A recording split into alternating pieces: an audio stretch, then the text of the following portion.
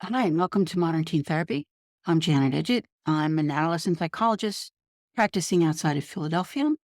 And I wanted to talk today about why I do not discuss treatment goals with my teenage therapy clients. I actually have so much to say about it. I wrote a whole blog post recently entitled Why I Never Discuss Treatment Goals with My Teenage Therapy Clients. You could find it on my website or online. Anyway, here's the thing for me. I always think about how so many of my clients in general, teenagers, did not ask for help in the first place. And they're sitting in our offices because someone told them they had to be there. So, in that kind of situation, starting off anywhere near the beginning of therapy with a discussion about treatment goals is just a real non starter. If a therapist does bring up the topic of treatment goals and the kids look at you like, I don't even know why I'm here. I don't have a treatment goal. Like, no, but he's not saying it. So the therapist maybe isn't reading that correctly and then presses on. Well, then it looks like the therapist just is kind of steamrolling over the client's reticence in order to get on with the show. And it's a huge disconnect.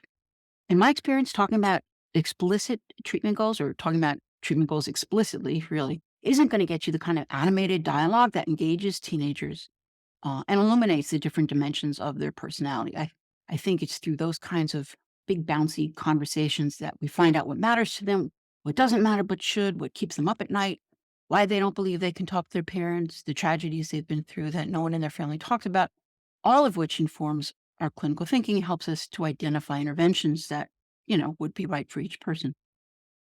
For me, the therapy is in the conversation we have with our teen clients, not in the list of treatment objectives. They may have little bearing on what they're really worrying about. I mean, you could have, I don't know, improve academic performance, but the reasons why kids don't do well at school could be, oh my God, any, pick one of 50 things, a kid who has a learning disability that's undiagnosed, a kid who has trouble asking for help, a kid who is depressed, a kid who is smoking too much weed in the bathroom, a kid who's trying to make a point, puts his academics up on the auction block, for the highest bidders. Anyway, so I find the conversation is where we're going to discern what our job is. And also, we're able then to help the client perhaps articulate what their goal might be. So people ask me, if you're not working towards specific goals, how are you able to make any progress? Um, Fair enough. But I'm going to respond by saying there is progress because my clients and I are always moving in the direction of emotional health, even in the absence of specific objectives.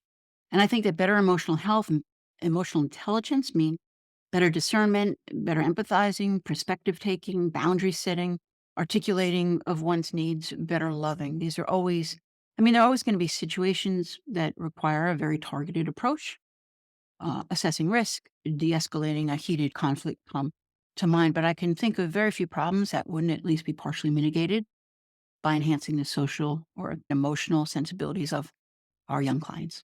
Okay, I'm going to leave it there for now. Bye.